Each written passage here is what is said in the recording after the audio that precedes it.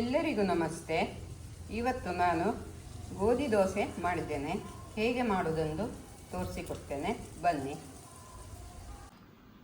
1 cup ಗೋಧಿ, 1/4 cup ಅಕ್ಕಿ, ದೋಸೆ ಅಕ್ಕಿ ಇದು.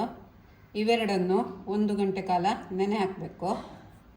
ಉದ್ದು ಅಕ್ಕಿ ನೆಂದಿದೆ, ಸ್ವಲ್ಪ ಕಾಯಿ ತಗೊಂಡಿದ್ದೆ.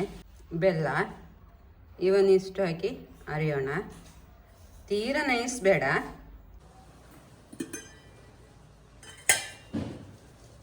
ಉಪ್ಪು ಹಾಕ್ತೇನೆ ಇಷ್ಟು.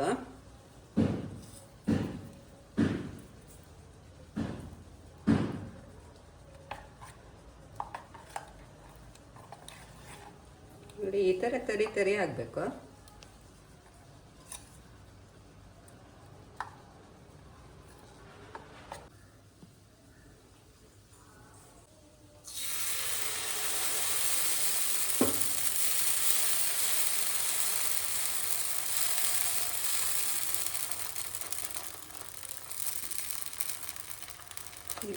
ಇದಕ್ಕೆ ಚಟ್ನಿ ಬೇಕಂದಿಲ್ಲ.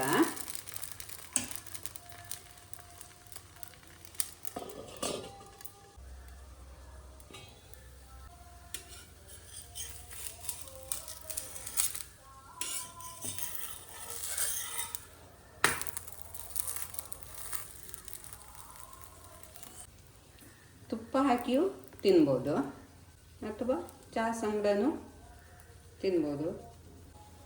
ಆಗಿದೆ.